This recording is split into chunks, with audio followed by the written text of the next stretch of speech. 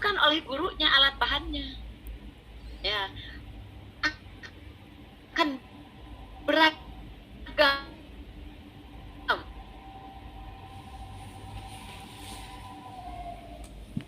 Ketika mereka identifikasi masalahnya apa, minta cari solusinya apa. Kalau dia misalnya, oh iya Bu, alatnya seperti ini digambarkan, minta dibuatkan ke dalam kerangka yang konkret ya, operasional.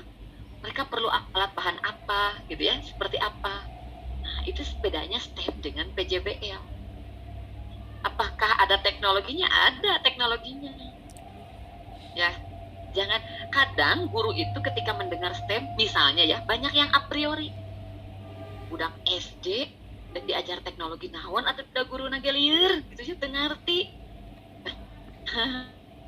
Kalau belum paham ya seperti itu, karena yang sesuai dengan teks saja. Jadi salah satu ide untuk skripsi kemudian Bapak walaupun baru masuk ya walaupun baru masuk perlu dipikirkan, kan cuma 2 tahun ya kalau crossing ya 2 tahun atau berapa, 2 tahun ya. Nah, karena STEM ini adalah gini, salah satu kenapa booming STEM, karena STEM itu integrasi dari berbagai disiplin ilmu sesuai dengan permasalahan kita yang saat ini memang kompleks ya. Kan masalah di lapangan, contoh misalnya untuk permasalahan sampah, apakah masalah sains saja? Kan bukan ya, tapi kompleks, melibatkan berbagai disiplin ilmu. Nah, STEM ini dipandang sebagai salah satu pendekatan yang mampu melatihkan pemecahan masalah dengan mengintegrasikan 4 disiplin ilmu. Sehingga nanti siswa akan lebih mudah harapannya ya, mampu mengatasi masalah-masalah kehidupan yang kompleks karena sudah dilatihkan dalam pembelajaran. Contoh misalnya Pak Reza membuat layangan, misalnya challenge-nya ke anak-anak, coba buatkan misalnya mainan yang hemat energi gitu ya. Tentu anak-anak bisa macam-macam ya. Ada tuh di kelas 4. Bisa macam-macam, benangnya bisa macam-macam. Desain layangannya itu juga engineering ya. Ada teknologinya juga. Ya, teknologi kan ketika membuat layangan itu bagaimana membuat arkunya, kerangkanya. Itu sederhana. Makanya sekarang sedang booming bagaimana STEM itu diimplementasikan dalam pembelajaran bahkan di level SD. Bahkan kalau di luar di level kindergarten juga ada ya. Bisa dilihat sekarang banyak rujukan-rujukan yang bisa kita gunakan terkait bagaimana implementasi pendekatan STEM. Mungkin seperti itu. Untuk lebih lanjutnya nanti dalam mata kuliah model pembelajaran misalnya ya ada, bisa dilanjutkan. Baik, ada lagi yang ingin tanyakan? Terima kasih. Mudah-mudahan bisa sedikit dipahami ya, karena perlu komprehensif memahaminya ya. Ada yang tanyakan lagi? STEM sudah. Kalau STEAM tadi tambahkan A, art, ada seninya ya. Iya Bu, mau menanyakan itu Bu. Mau menanyakan itu boleh? Ya, tadi kan yang membuat apa tuh layang-layang ya Bu. Kan tadi kan bisa disebut STEM, tapi kan dia juga menghias, kan layang-layang suka dihias juga. Ya. Dia bisa masuk ke dalam, ada artnya. STEM. Bisa. Jadi bisa. Pakai yang mana tuh Bu?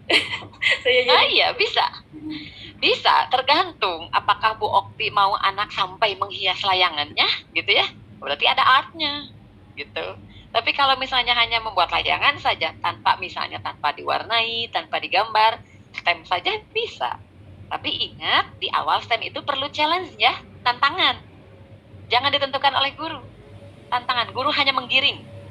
Contoh misalnya challenge-nya tadi, bagaimana nih Ibu ingin memindahkan telur misalnya. Atau yang pernah saya praktekkan misalnya untuk anak kelas 6. Saya memberikan challenge-nya kepada siswa seperti ini. Ibu memiliki tanaman di rumah ya. Tanaman itu karena kebetulan waktu itu lebaran nih. Tanaman itu mau ditinggalkan mudik. Sementara mudiknya lama, misalnya 1 minggu. Sementara tanaman yang Ibu miliki itu perlu disiram setiap hari, ya. Kalau tidak disiram mati. Dia bisa mati. Nah, challenge-nya adalah kepada anak-anak tadi, tapi dengan syarat ya bahwa tanamannya tidak bisa dititip ke yang lain, ya. Ibu saya meminta kepada anak-anak bisa titip ke tetangga, solusinya atau mau aja di STEM. Nah kalau solusinya gitu mah ya. Nah bagaimana caranya gitu ya, tolong bantu buatkan alat yang bisa membantu ibu supaya bagaimana tanaman itu teh bisa disiram setiap hari tapi tanpa bantuan manusia gitu ya setiap harinya. Dan Masya Allah itu challenge yang saya buat kepada anak-anak jawabannya beragam, produknya juga beragam. Jadi mereka membuat namanya self watering system, sistem pengairan tanaman dengan alat dan bahan yang sederhana. Mereka membuatnya gini ya, ada yang membuatnya pakai galon di atas, digantungin di atas tanamannya, terus si galonnya itu disumpal dengan kain sehingga airnya hanya netes. Ada yang seperti itu. Kemudian ada juga yang galonnya itu disimpan di pinggir tanamannya, tidak digantung ya, disimpan di pinggir tanamannya pakai selang. Selangnya selang kecil sekali, terus sedikit disumbat oleh mereka. Nah itu yang kedua.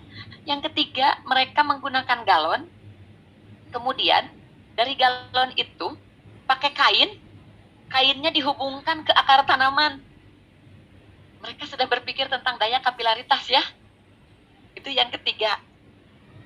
Yang keempat, mereka ada pakai botol aqua ditancapkan gigireun anak gitu ya. Macam-macam dari yang dilakukan anak, dari challenge yang kita berikan gitu. Nah, sederhana ya. Tadi mereka misalnya menyumbat, itu kan salah satunya dari teknologi ya. Bisa seperti itu ternyata kelas 6 itu. Bahkan sudah pernah membuat pupuk cair. Membuat pupuk cair untuk pengolahan sampah organik yang di rumah masing-masing. Mereka belajar membuat pupuk cair dan pupuk kompos dan beragam hasilnya. Gitu ya.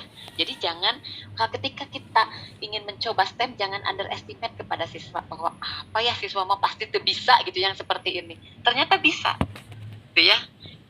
Nah, apakah tadi mau diintegrasikan dengan art